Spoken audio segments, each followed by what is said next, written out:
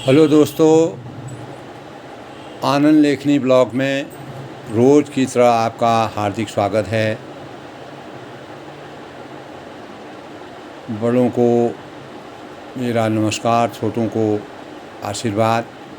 आज मैंने युवा शक्ति ही भारत का भविष्य है, इस बारे में अपनी रचना एक की है।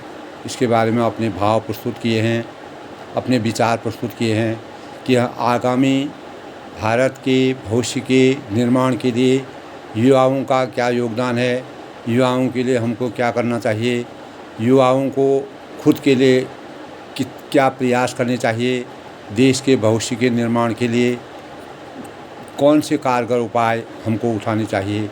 इस बारे में हमें गहराई से सोचने की ज़रूरत है। और आज हमारे देश में अगर सबसे बड़ी विकट समस्या है तो वह युवाओं की है, क्योंकि हमारे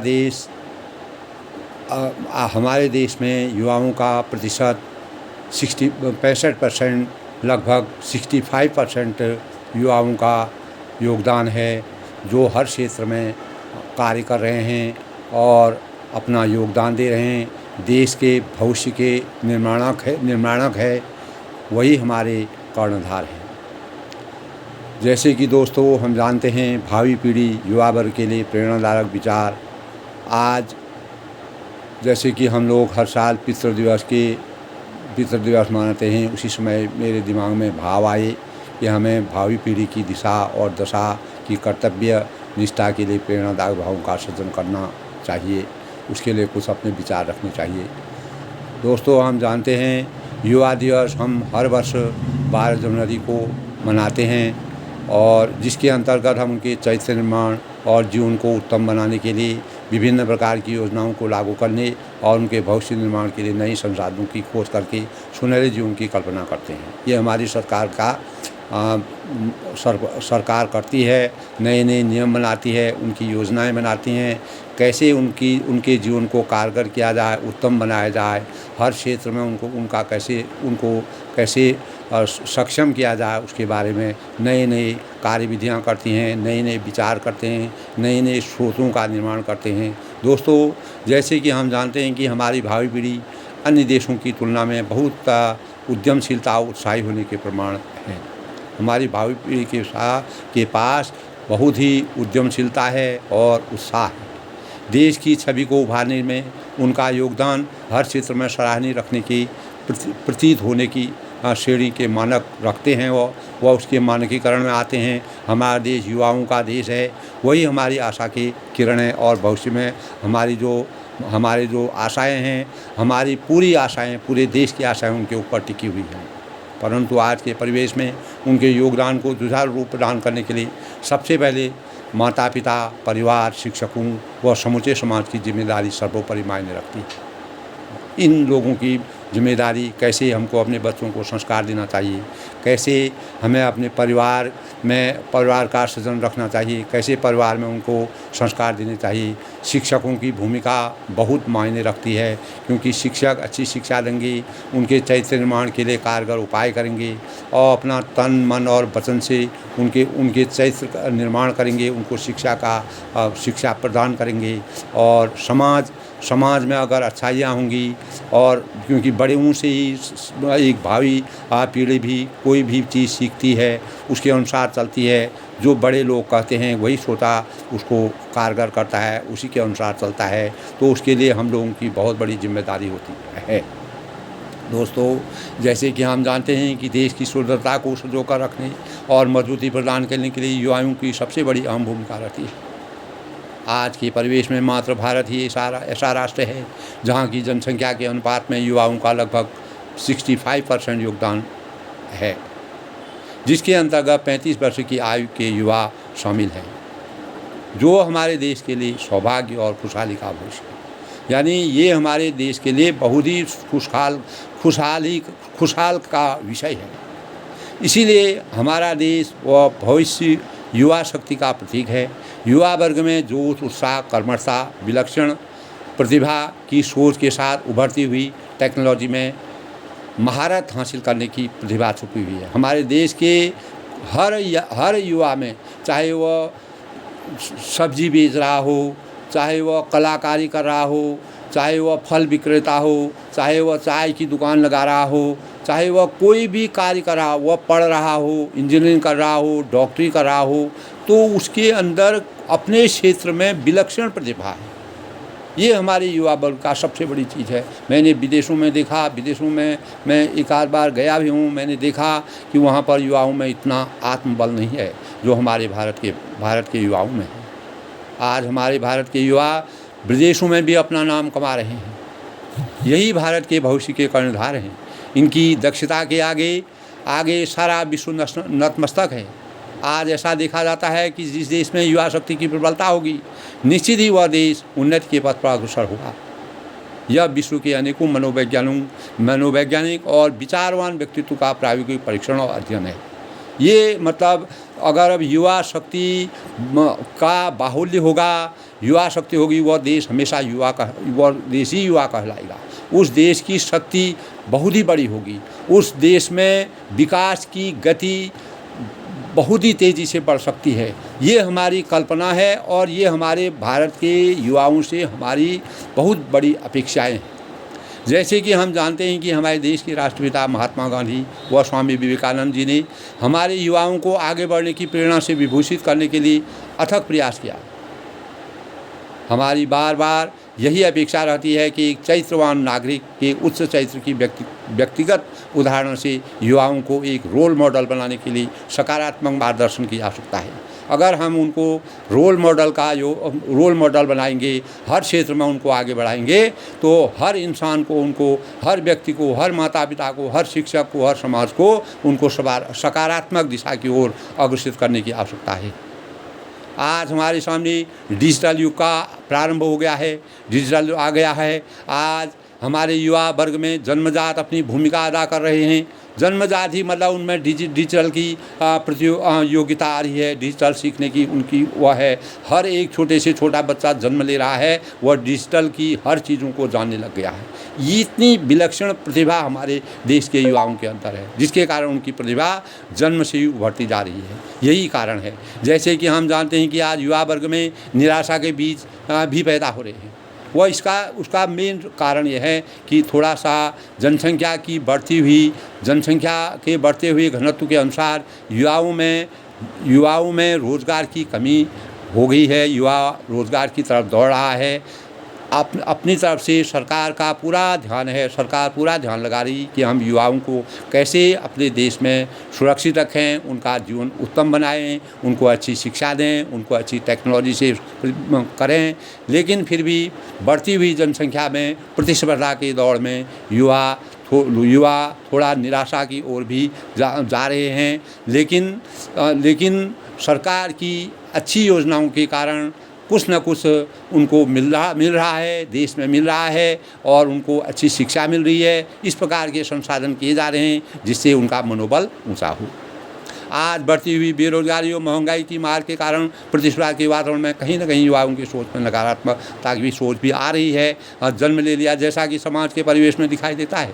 आधुनिक परिवेश में यत्र तत्र सुनने और दिखने में आता है कि जिसका मुख्य कारण है कि उनके अंदर छिपी हुई प्रतिभा के लिए उन्हें उचित जीविकोपार्जन का मार्ग नहीं दिखाई दे रहा है, जिसके परिणाम स्वरूप उनके अंदर निराशा और कुंठा ने भी जन्म लिया है। कुछ ऐसी भी बातें हैं कि जिसके कारण शिक्षा का मापदंड बढ़ गया है। बहुत से लोग शिक्षित हो गए हैं। शिक्षा के बाद हर व्यक्ति यही चाहता है कि मुझे कुछ न कुछ रोज़गार मिले, लेकिन सीमित साधनों के कारण हम लोग हर नागरिक के लिए हमारा देश कटिबद्ध है, उसके लिए प्रयास कर रहे हैं। यूँ तो हमारी जनप्रिय सरकार नए संसाधनों की पहल कर रही है, लेकिन सभी को अपनी प्रतिभा के पक्ष अनुरूप सरकारी और गैर सरकारी सेवाओं में कार्य करने का अवसर नहीं मिल पा रहा है, उसके लिए प्रयास कर रहे हैं। जहाँ एक और डिजिटल युग ने हमारे कार्यों में त्वरित गति का प्रदान कर दी है, उसी के विपरीत मानव शक्ति की कार्य प्रणाली में प्रश्न चिन्ह लगा, यानी मानव के द्वारा किया जाने वाला काम कम हो गया है, क्योंकि डिजिटल युग में हम आ गए हैं। मशीनीकरण हो गया है। मशीनीकरण से मानव बल यानी जनबल की कमी आ रही है और मशीनों का ज़्यादा आविष्कार हो रहा है। इससे उस इससे बहुत ही मेधावी श्रेणी के छात्र अपना प्रतिस्पर्धा में आगे बढ़ रहे हैं। ऐसा नहीं है नहीं बढ़ रहे हैं, लेकिन जो भी युवा किसी भी क्षेत्र में काम कर रहा है वह अब सिर्फ अपनी विलक्षण प्रतिभा के कारण अपना और अपने परिवार का और अपने भावी जीवन के लिए सोच रहा है, नए नए कार्यकलाप कर रहे हैं, नई विधियाँ वो प्राप्त कर रहे हैं, नई विधियों से हर चीज़ प्राप्त कर रहे हैं। बेरोज़गारी हर राष्ट्र में है, हमारे देश में भी बेरोज़गारी है, लेकिन हमारे देश में युवाओं का प्रतिशत ज़्यादा है। सरकारी गैर सरकारी संगठनों में कर्मचारियों की संख्या में धीरे धीरे कमी आ रही है, क्योंकि डिजिटल युग आ गया है, मशीनीकरण हो गया, जिसके कारण महंगाई छात्र छात्राओं को में थोड़ा सा माहौल ऐसा है। लेकिन विश्व के परिदृश्य को देखते हुए प्रतिस्पर्धा में अपने स्वरूप को काफ़ी बदलने की आवश्यकता है। हमको अपने स्वरूप को बदलने की आवश्यकता है। इसके लिए हमारी सरकार कटिबद्ध है।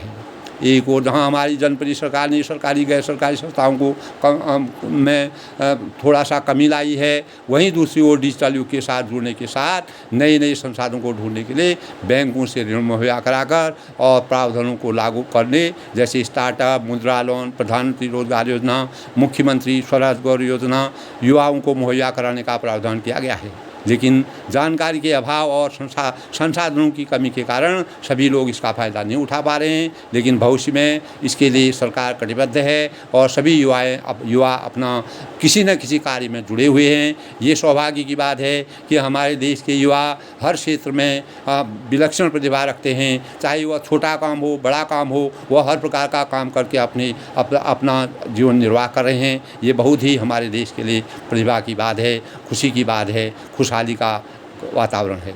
आज बैंकिंग व्यवस्था में भी जैसे बैंक की व्यवस्था है, धीरे धीरे निजीकरण और निजीकरण की ओर हम लोग जा रहे हैं। 3/4 भाग बैंकों का आम जनता को सौंप दिया, आम जनता के पास है, जो डिजिटल के कारण प्रतिस्पर्धा की होड़ में आगे हमें मजबूर होना पड़ा, जिससे बेरोजगारी ने और जोर पकड़ लिया है। 1865 या इससे पहले से चलते आ रही बैंकों का विलय सरकार ने मजबूरी का शिकार हो गए, जो कि बैंक बंद हो गए, काफ़ी बैंकों को मिला दिया गया। लेकिन इससे रोज़गार में कोई फ़र्क नहीं पड़ा, लेकिन युवाओं को किसी न किसी रूप में दूसरे क्षेत्र में सेवा करने का अवसर मिला है। यह वास्तव में भावी पीढ़ी के लिए थोड़ा सा अधिक प्रयास करने की ज़रूरत है। हमें स्टार्टअप जैसी दुनिया में जाना है और उसके ऊपर अपना कदम उठाना है, यही हमारी लेकिन फिर भी कुछ भी वातावरण हो, हमारे युवाओं को अपना साहस और मनोबल को कभी नहीं झुकाना चाहिए, आगे बढ़ना चाहिए,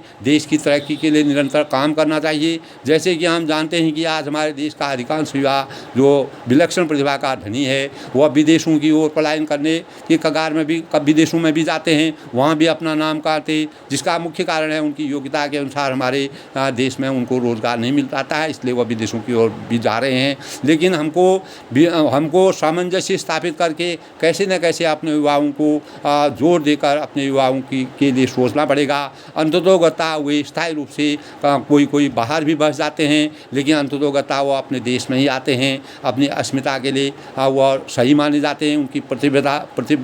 उनकी प्रतिस्पर्धा और उनकी योग्यता के कारण विदेशों में भी उनका सम्मान होता है और वो वहाँ भी अपना नाम कमाते हैं। जनसंख्या के बढ़ते हुए घनत्व से हमारे बीच उचित अनुचित की परख करना कठिन सा होता जा रहा है। यह निश्चित है कि विदेशों में हमारे देश के मेधावी छात्राओं की आवश्यकता है। वो एक क्रीम के रूप में हमारे देश के प्रतिभाशाली युवाओं से सेवाएं लेकर अपने देश का विकास करते हैं। ये विदेशों की चाल है कि वे हमारे वहाँ से क्रीम ले जा करके अपने देश का विकास करना चाहते हैं। दोस्तों, यही संसाधनों को हमें अपने देश के युवाओं के लिए सोचना चाहिए।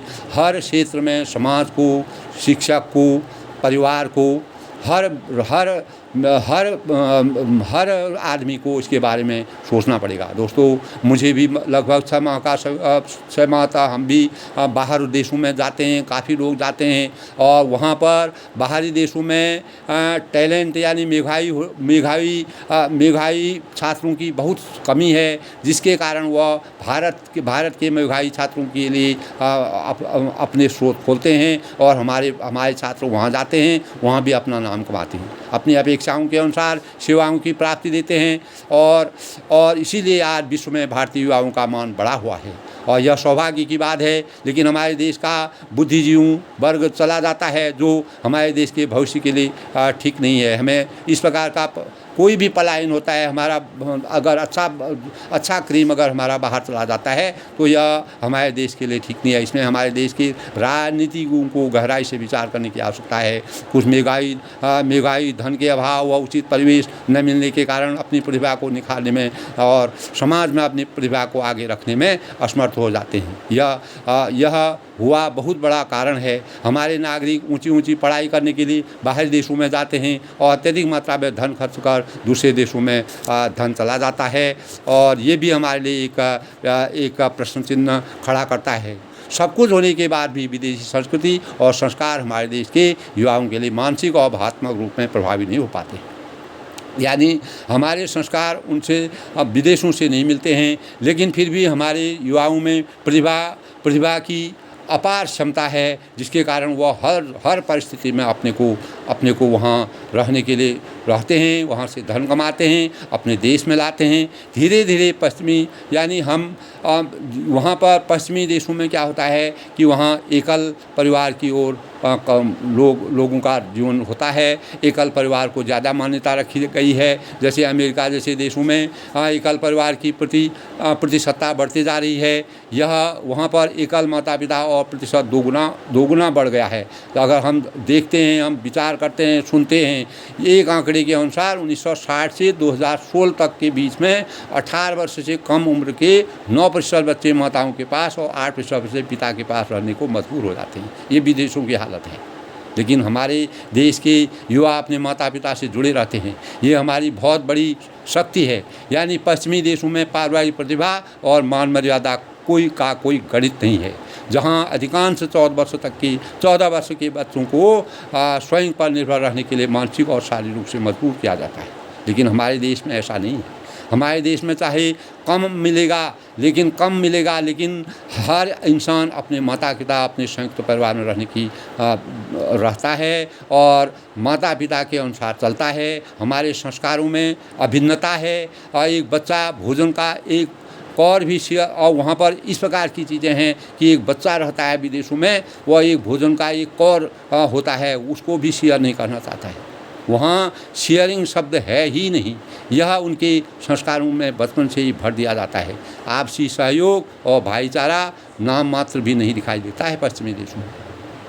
एकांतपन और मानसिक रूप से अस्वस्थता और डिप्रेशन के मरीजों का बाहुल्य बाहरी देशों में है। देखने में लगता है कि बाहरी देशों में बहुत बढ़िया है, लेकिन भारत जैसी प्रतिभा वाला देश कोई भी नहीं है जहाँ पर एक बच्चे को बहुत बड़ी स्वतंत्रता दी गई है। हाँ, हम यहाँ पर आज़ाद रहते हैं, चाहे हम कम कमा रहे हों, लेकिन स्वतंत्रता से खाते हैं। पारिवारिक संगठन वहाँ पर नहीं के बराबर है और सबसे बड़ी प्रतिभाशाली देश हमारा देश कहलाता है, जहाँ पर हम एक परिवार के साथ रहते हैं।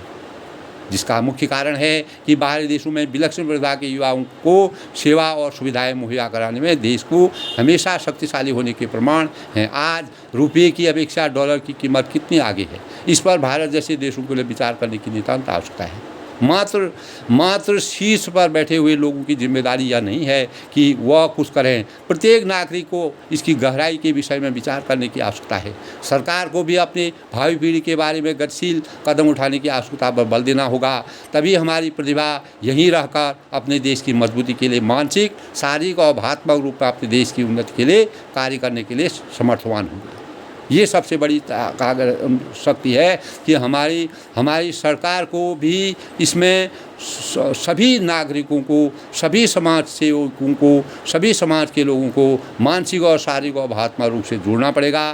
तभी हम अपने युवाओं की शक्ति को अपने देश में उनकी उपयोगिता का फ़ायदा उठा सकते हैं।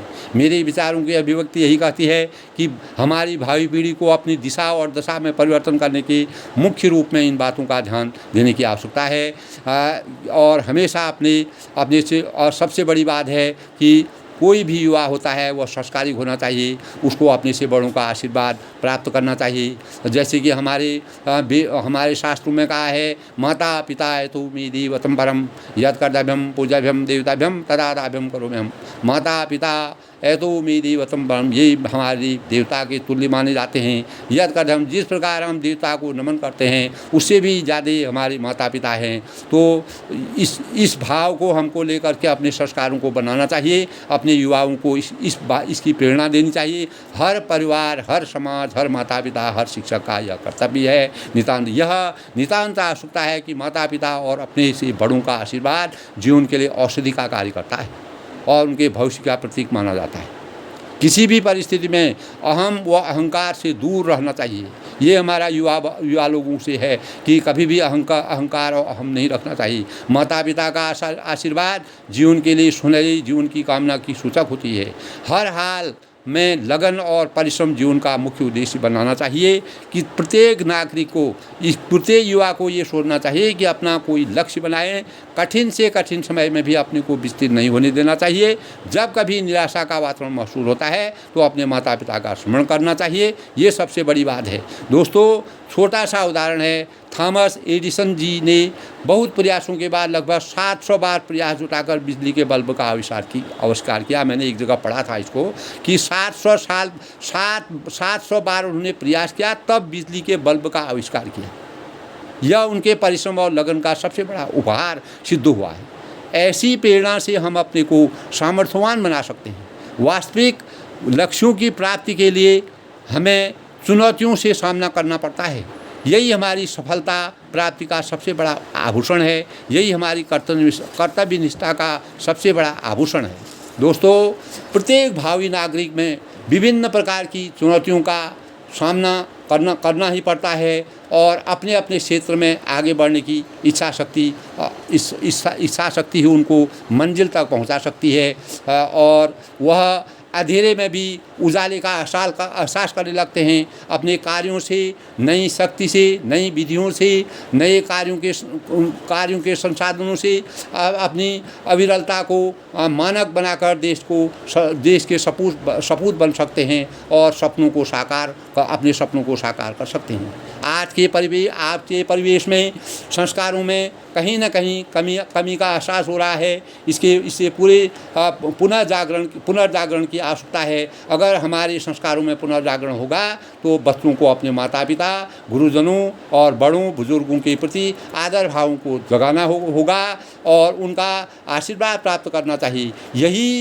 यही आपके भविष्य के सफलता के सूचक हैं और इन्हीं से हम वृक्ष की छाया का एहसास करते हैं। माता पिता की उसमें छत्र छाया में हम वृक्ष के नीचे जैसे हम बैठे रहते हैं उस प्रकार का एहसास करते हैं। यही भावी पीढ़ी के लिए मैं बातें करता हूँ और भावी पीढ़ी के लिए जो है, जिस प्रकार एक वृक्ष प्रकृति में होने वाली अत्यधिक हवा, पानी, गर्मी, अतिवृष्टि, विभिन्न प्रकार की परिस्थितियों में भी अपने को अटल रखता है, उसमें वह हमें छाया देता है। उसी प्रकार माता पिता की और अच्छे संस्कारों में अगर हम लगन, संयम और परिश्रम की प्रतीक बनकर काम करेंगे तो निश्चित ही हम अपने लक्ष्यों तक पहुंच सकते हैं।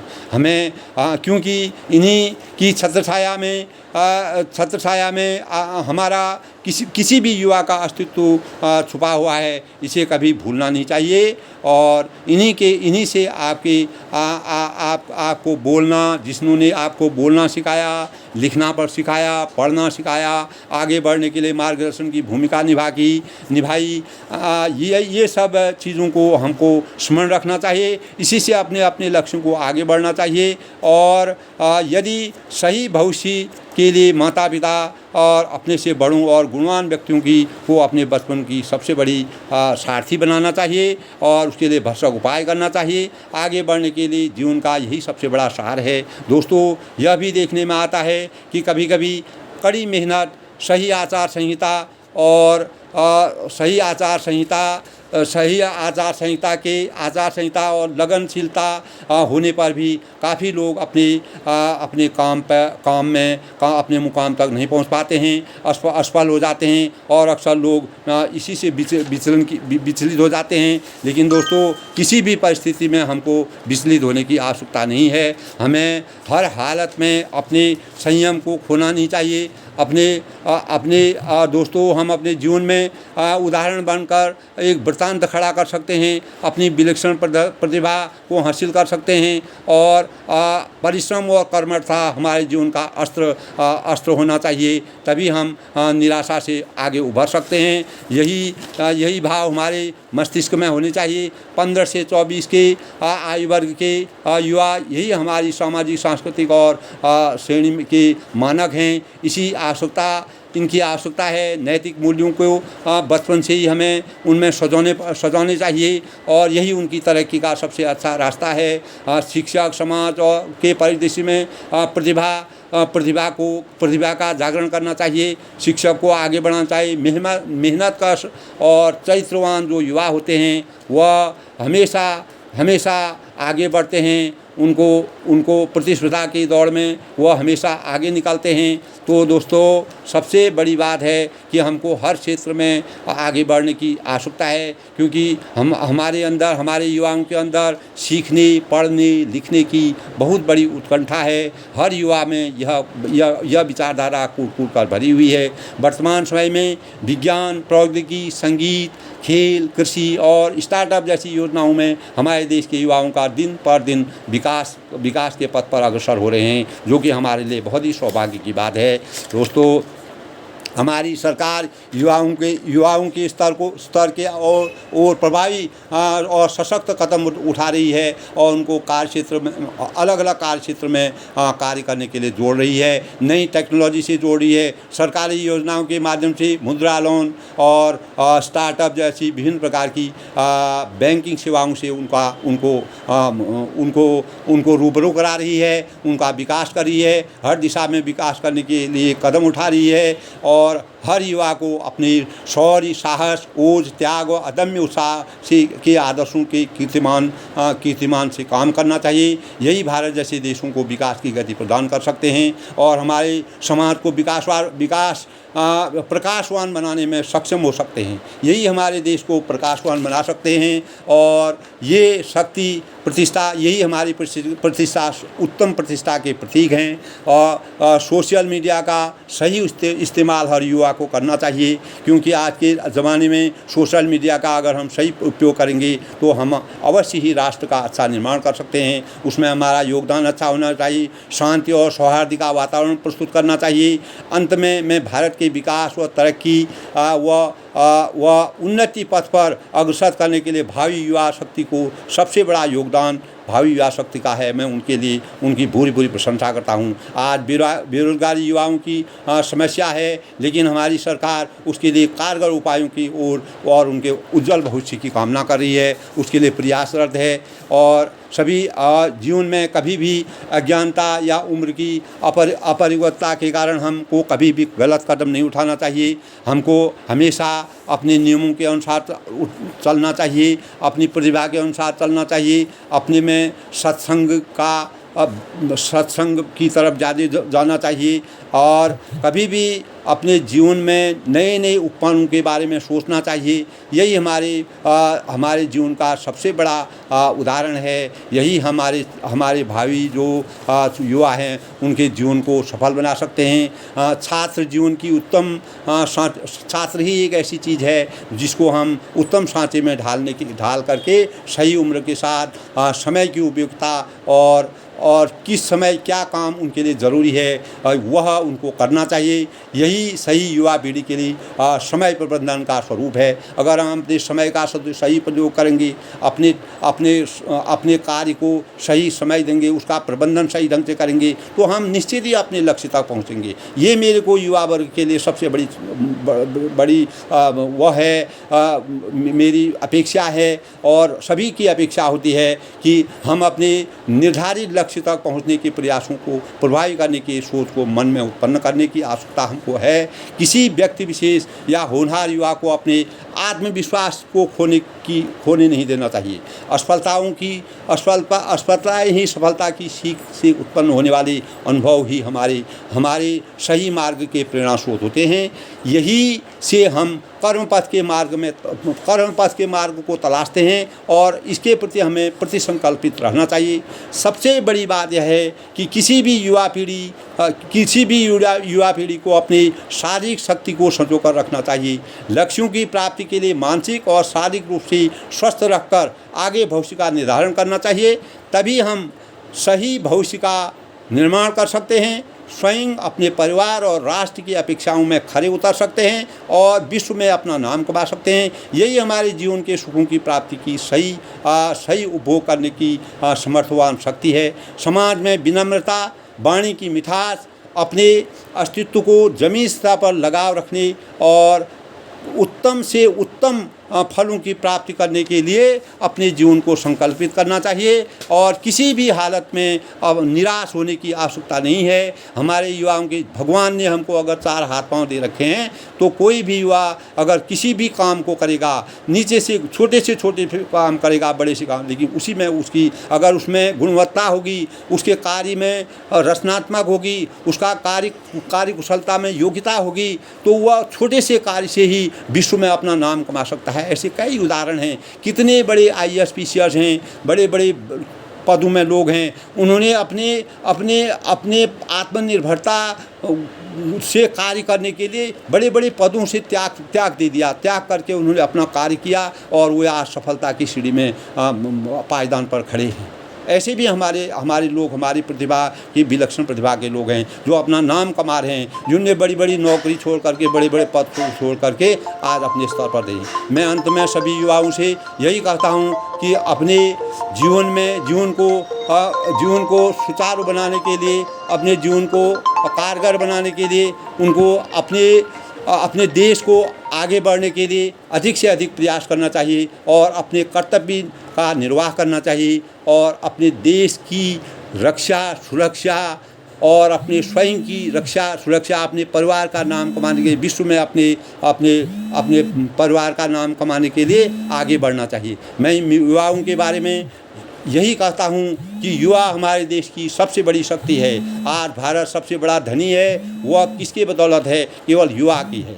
मैं युवाओं को बार बार से यही बात करता हूँ कि युवा शक्ति हमारी जान है, वही हमारी शक्ति के सूचक हैं, वही देश के प्रमाण हैं, वही देश की गति को आगे ले जा सकते हैं, उन्हीं पर हमारा जीवन निर्भर है। वे एक दिन हमारा नाम कमाएंगे और विश्व में हमारे भारत का युवा सबसे उत्तम श्रेणी में आएगा और वह प्रतिभा का धनी है, उसमें विलक्षण प्रतिभा है। मैंने इसीलिए युवाओं के बारे में लिखा है, कभी अपने जीवन को निराश न कर, कभी अपने जीवन को निराश न कर, कोशिशों के दम पर आगे की उम्मीद की पहल कर, कोशिशों के दम पर आगे की उम्मीद की पहल कर, होश जोश व जुनून के बल पर सब कुछ, होश जोश व जुनून के बल पर सब कुछ हासिल कर। तू आगे बढ़ने के लिए कभी हार स्वीकार न कर, तू आगे बढ़ने के लिए कभी हार स्वीकार न कर। जीवन रहेगा तो सफलता निश्चित है, जीवन रहेगा तो सफलता निश्चित है।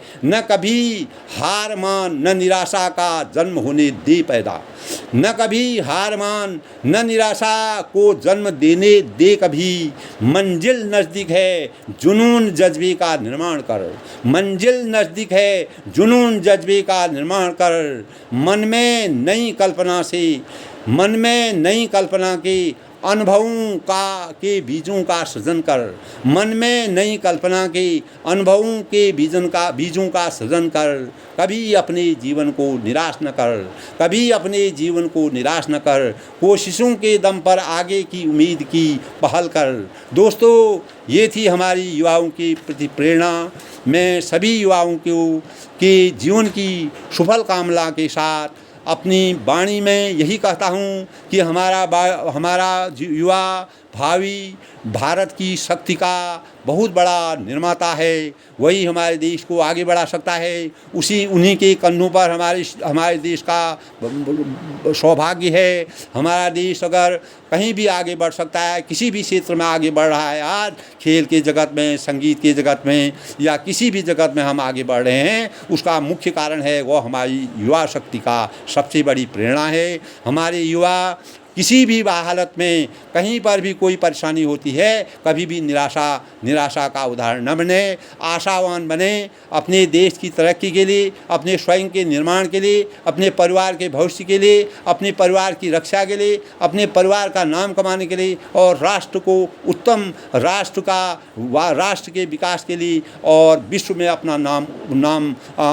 रोशन करने के लिए हर हमेशा कटिबद्ध रहना चाहिए। यही मेरा हर युवा से यही करबद्ध निवेदन है कि कभी भी किसी भी हालत में अपने विवेक को, अपनी सहनशक्ति को, अपने आत्मबल को कभी खोने की आवश्यकता नहीं है। हमेशा भारत के निर्माण के लिए अगर आपके अंदर सच्ची लगन होगी, सच्ची भावना होगी, सच्ची सोच होगी, तो एक दिन निश्चित ही आप एक छोटा सा काम भी करेंगे। किसी भी काम से परहेज नहीं है, काम कुछ भी करिए। परिश्रमेण ही सिद्धन्ति कार्याणि न मनोरथैः नई सुप्तस्य सिंहस्य बनी मुखी मृगा। जब तक हम परिश्रम नहीं करेंगे, वर्क इज वर्शिप कहा है, वर्क करेंगे तभी हमको पूजा, वही हमारे लिए पूजा है। हमारा सबसे बड़ा काम है, हमको लगन से पढ़ना चाहिए, लगन से आगे बढ़ना चाहिए। जिस लक्ष्य में, जिस मुकाम पर पहुंचना है, उस मुकाम तक पहुंचने के लिए अपने जीवन का निर्माण करना चाहिए, अपने जीवन को आगे बढ़ना चाहिए। अपने माँ बाप के लिए माँ बाप के सचे हुए धन का सही सदुपयोग करना चाहिए। यही हमारे अंदर में, अगर हमारे अंतर्मन में ये भाव होंगे, निश्चित ही हमारा जीवन उत्तम बनेगा। हम और एक अच्छे राष्ट्र के अच्छे भावी कर्णधार कहलाएंगे और हमारी शक्ति बहुत ही शक्तिवान होगी। हम एक प्रहरी की तरह हर जगह खड़े रहेंगे। हम किसी भी क्षेत्र में विश्व के परिदृश्य में पीछे नहीं रहेंगे। यही हमारे चरित्र का, यही हमारा सबसे बड़ा संकल्प होना चाहिए कि हम मन, वचन और कर्म से देश की सुरक्षा के लिए, देश के आत्मबल के लिए, अपने परिवार के लिए, अपने राष्ट्र के लिए और विश्व में अपना नाम कमाने के लिए हमेशा तत्पर रहें। यही हमारे भाव होने चाहिए। हम कभी भी निराशा के आगे झुकने, अपने किसी भी भावी नागरिक को, भावी युवा को, चाहे वह कोई भी काम कर रहा हो, कभी भी निराशा को सामने ना आने दें। निराशा में ही आशा के बीज हैं, उनका आपको सृजन करना है। आशा के बीजों का शरण करोगे, निश्चित ही है आप आगे बढ़ेंगे। मैं अंत में परमात्मा से यही प्रार्थना करता हूँ कि हमारा भावी जो युवा है वह आगे बढ़े, तरक्की करे, उनको सफलता मिले, उनको अच्छी बुद्धि दे, वह कुसंगति से सत्संग में जाए, अच्छी संगत के उसके संस्कारों का निर्माण हो। वह देश के, जैसे हमारे पुराने लोगों ने, जिन्होंने हमारे देश को स्वतंत्र कराया, आज तक हमारे देश को इतना आगे प्रतिभाशाली बना दिया, उसको और प्रतिभाशाली बनाने के लिए हर नागरिक को, हर युवा को आगे बढ़ने की ज़रूरत है। हम कभी पीछे न झुकें, हम आगे बढ़ते जाएं। हर युवा को मेरा यही अनुरोध है। मैं युवाओं की शक्ति के लिए परमात्मा से प्रार्थना करता हूँ कि हमारा युवा हमेशा तरक्की के पथ पर अग्रसर हो और यही हमारी कामना होनी चाहिए। दोस्तों, अंत में अपनी वाणी को विराम देते हुए मैं अगर आपको सभी को मेरी वाणी अच्छी लगी, मेरे विचार अच्छे लगे, अधिक से अधिक लोग इसको शेयर किए, लाइक किए, सब्सक्राइब किए और हर एक देश के पुराने लोगों को, हमारे शिक्षकों को, हमारे माता पिता जो भी हैं, हम जो हैं, हमारा समाज जो है, हर युवा को अच्छा योगदान दें, उनके भविष्य के निर्माण के लिए अच्छे कार्य करें, तभी हमारा युवा आगे बढ़ेगा और यही देश के सबसे बड़े मानक हैं, यही हमारे देश को आगे बढ़ा सकते हैं। इन्हीं के ऊपर हमारी पूरी शक्ति छुपी हुई है, यही हमारे देश का कल्याण कर सकते हैं। भारत माता की जय। सभी युवाओं का मैं धन्यवाद देता हूं। दोस्तों, अपनी वाणी को विराम देते हुए सबका धन्यवाद, सबका आशीर्वाद।